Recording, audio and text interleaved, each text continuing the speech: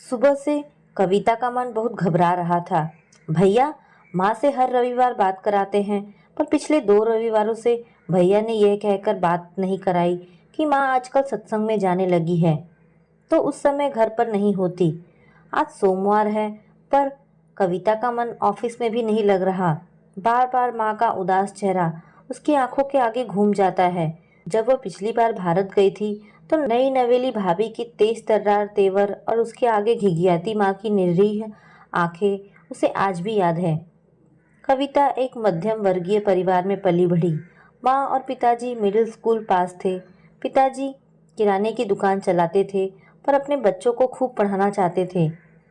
कविता पढ़ने लिखने में होशियार बच्ची थी।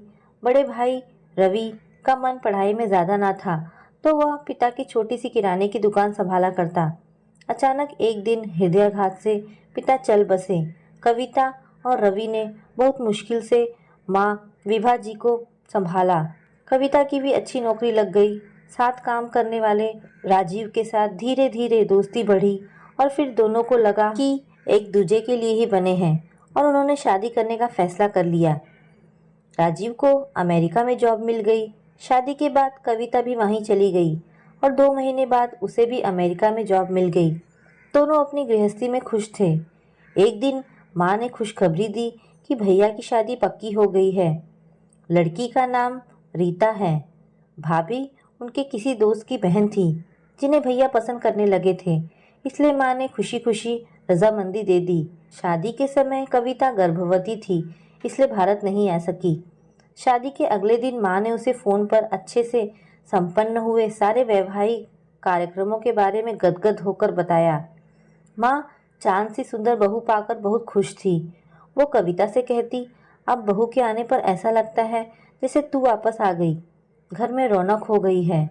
अपनी डिलीवरी के बाद जब कविता अपनी नन्ही बिटिया के साथ भारत आई और भाभी से पहली बार मिली, तो मन के किसी कोने में बसी माँ समान भाभी की तस्वीर कुछ दरक गई।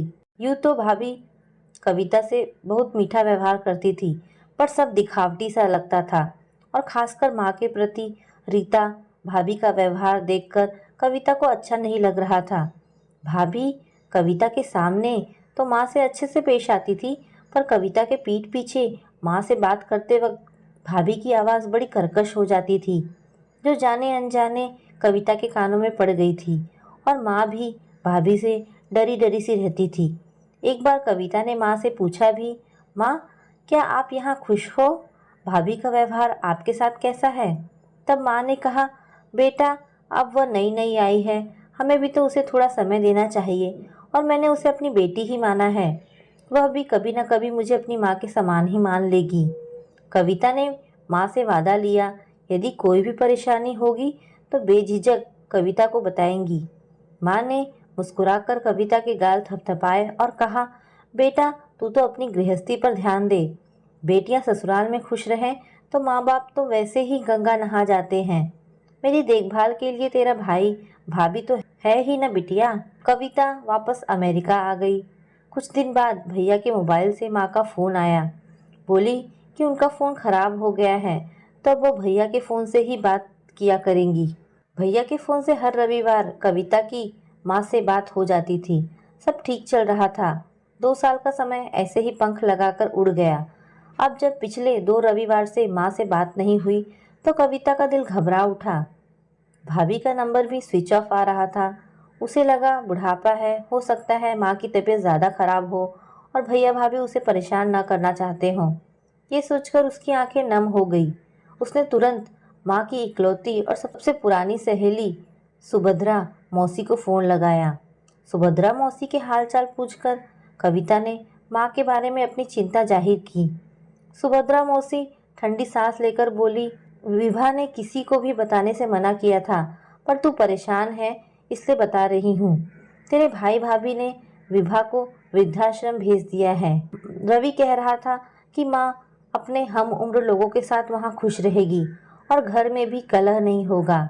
सच कविता, विभा को वृद्धाश्रम जाता देखकर मैं रो पड़ी। मैं तो खुद भी अपने बच्चों पर आश्रित हूँ, इसलिए विभा के लिए कुछ ना कर सकी। अब तू ही कुछ कर। पता नहीं हम बूढ़े लोग किसी को क्यों पसंद नहीं आते। ये कहकर रोती हुई सुभद्रा मौसी ने फोन रख दिया। यह सुनकर कविता फफक फफक कर रो पड़ी।